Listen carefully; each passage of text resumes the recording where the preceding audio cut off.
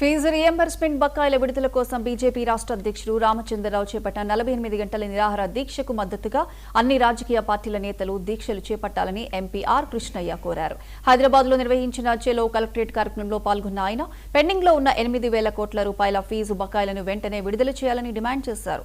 GO 9 ను రద్దు చేసి పాత విధానంలోనే ఫీజు రియంబర్స్మెంట్ కొనసాగించాలని కోరారు.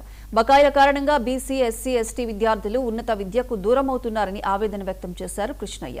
ప్రభుత్వం వైఖరి మార్చుకోకపోతే విద్యార్థుల ఆగ్రహానికి ఎదుర్కోవాల్సి వస్తుందని హెచ్చరించారు. మంది విద్యార్థుల జీవితాలతో చెలాటమవుతుంది. కోర్సు పూర్తి చేసిన వాళ్ళు దాదాపు 6 లక్షల మంది విద్యార్థులు చదువైపోయింది. సర్టిఫికెట్లు కాలేజీలలో ఉన్నాయి. ఇంత అన్యాయమా? పేద కులాలకు స్కీమ్ పెట్టి డబ్బులు ఇవ్వడానికి ముఖ్యమంత్రి ఇంటికెళ్ళి ఇస్తున్నా, మంత్రులు ఇళ్లకి వెళ్ళిస్తున్నా. మంత్రులు 100 కోట్లు సంపాదించుకుంటా పేద పిల్లల కడుపు స్కాలర్షిప్లు ఇవ్వకుండా, ఫీజులు ఇవ్వకుండా జీవితాలతో చెలగాట మారుతున్నారు. ముఖ్యమంత్రి గారికి నేను మంచిగా విజ్ఞప్తి చేస్తున్నా, నీ మనసు మార్చుకో.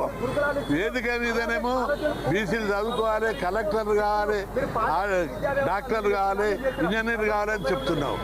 ఆచరణలో బడ్జెట్ ఇవ్వకుండా అవరోధాలు సృష్టించి బీసీలను చదువుకోకుండా కుట్ర చేస్తున్నారు. ఈ వైఖరి మార్చుకోకపోతే మాత్రం తీవ్ర పరిణామాలు జరుగుతాయని చెప్పి హెచ్చరిస్తున్నారు. అన్ని రాజకీయ పార్టీలు స్పందించాలి.